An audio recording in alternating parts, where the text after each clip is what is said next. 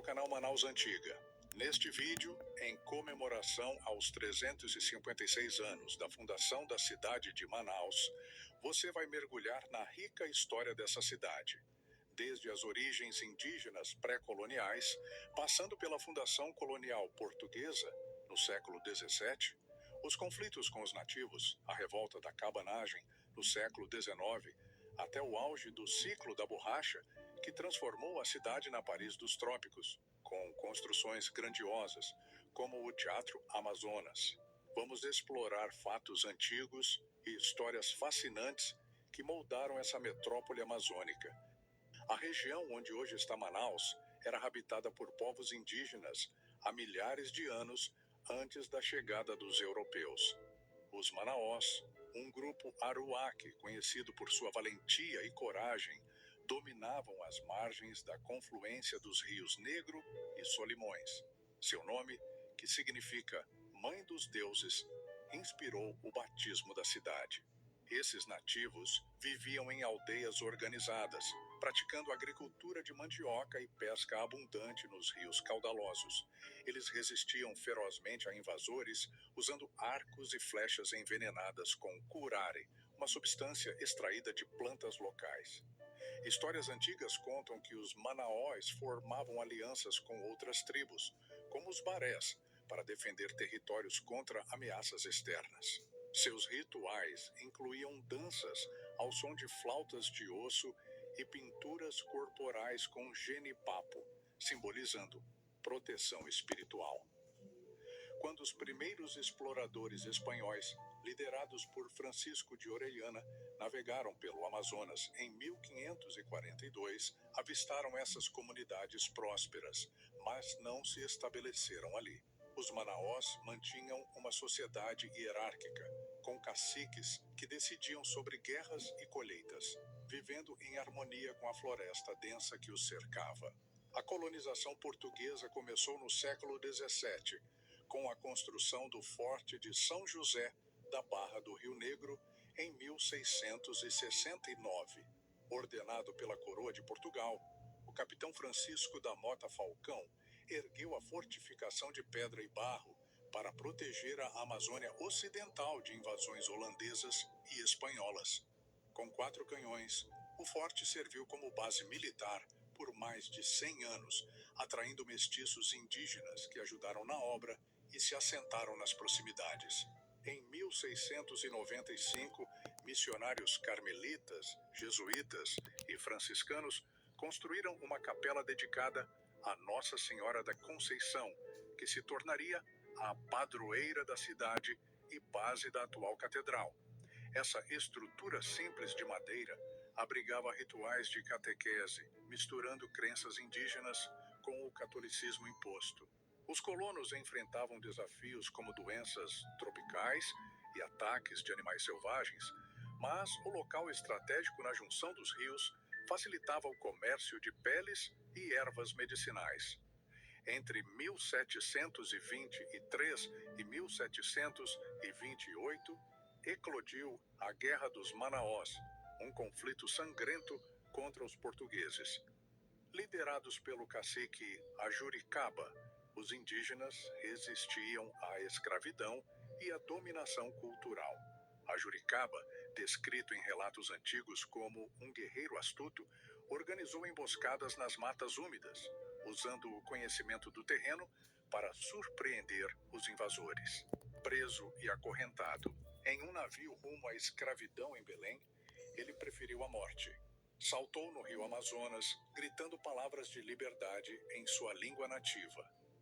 O conflito terminou com o extermínio quase total dos manaós, marcando o declínio das populações indígenas locais e abrindo caminho para mais assentamentos europeus. Histórias orais indígenas preservadas contam que espíritos dos guerreiros ainda vagam pelas águas negras do Rio Negro, protegendo a terra ancestral. Em 1755, uma carta régia criou a Capitania de São José do Rio Negro, com capital inicial em Mariuá, hoje Barcelos. Devido a temores de invasão espanhola, o governador Lobo da Almada transferiu a sede para o lugar da Barra em 1791. Houve oscilações. Em 1799, voltou a Barcelos, mas em 1807 fixou-se definitivamente na Barra. Essa posição geográfica fortalecia o controle sobre rotas fluviais, essenciais para o transporte de mercadorias como cacau e tabaco. No dia 13 de novembro de 1832, o lugar da Barra foi elevado à vila, batizada de Vila de Manaus, homenageando os povos extintos. A população crescia lentamente, com famílias de colonos misturadas a escravos africanos trazidos para trabalhar em plantações esparsas.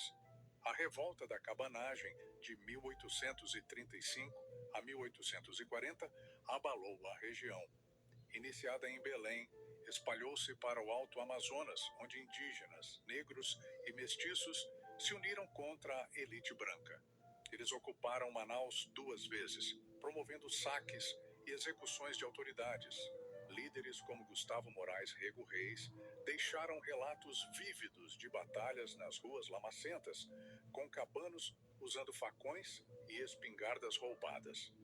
O movimento reduziu drasticamente a população do Grão-Pará de 100 mil para 60 mil habitantes, fomentando a integração de povoados isolados e contribuindo para a identidade amazônica. Após a repressão, a calmaria permitiu avanços administrativos. Em 24 de outubro de 1848, Manaus tornou-se cidade, inicialmente chamada Cidade da Barra do Rio Negro. 2 anos depois, em 1850, a Lei Imperial criou a província do Amazonas, com João Batista de Figueiredo Tenreiro Aranha como primeiro presidente. Em 4 de setembro de 1856, sob o governador Herculano Ferreira Pena, recebeu o nome definitivo de Cidade de Manaus. Essa época viu o início de imigrações, com portugueses e franceses chegando para explorar recursos florestais. O ciclo da borracha no final do século XIX e início do século XX elevou Manaus a um patamar de opulência inédito. A demanda global pela goma elástica, usada em pneus e isolantes, transformou a extração de látex em ouro verde. Barões da borracha, como seringalistas ricos, construíam mansões extravagantes, importando materiais da Europa. Histórias contam de festas regadas a champanhe francês, onde cavalos bebiam vinhos caros e leões domesticados passeavam por jardins. A cidade ganhou o apelido de Paris dos Trópicos por sua arquitetura Belle Époque. O governador Eduardo Ribeiro, entre 1892 e 1896, liderou uma urbanização ambiciosa, ruas calçadas com granito português, praças arborizadas e monumentos de mármore.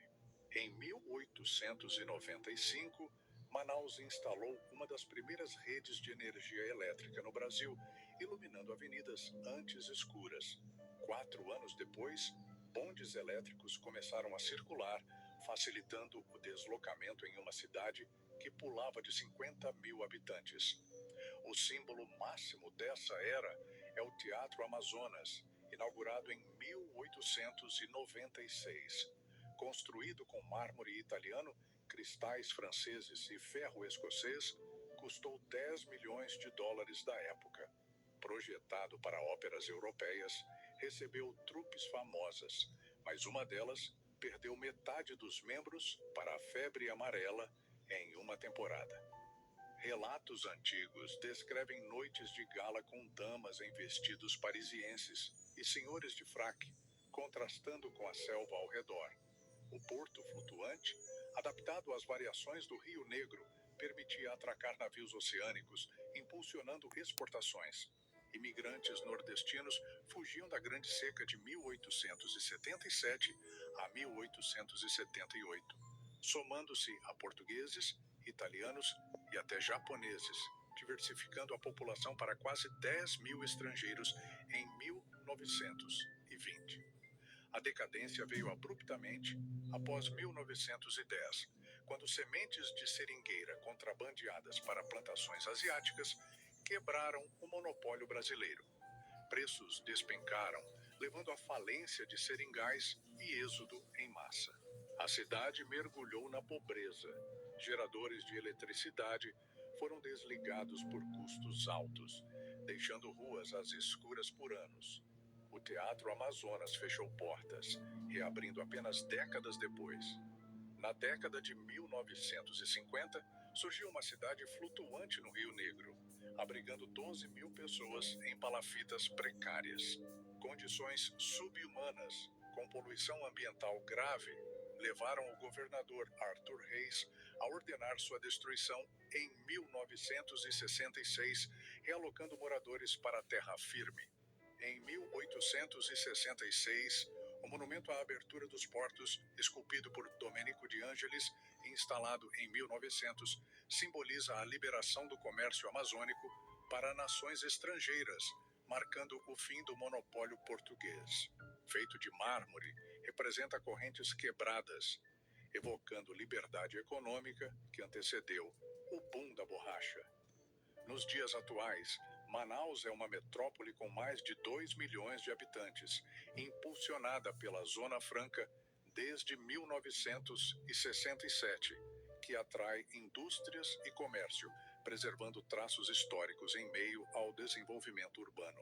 Se você gostou de viajar pela história antiga de Manaus, não esqueça de se inscrever no canal Manaus Antiga para mais conteúdos sobre o passado fascinante da nossa cidade.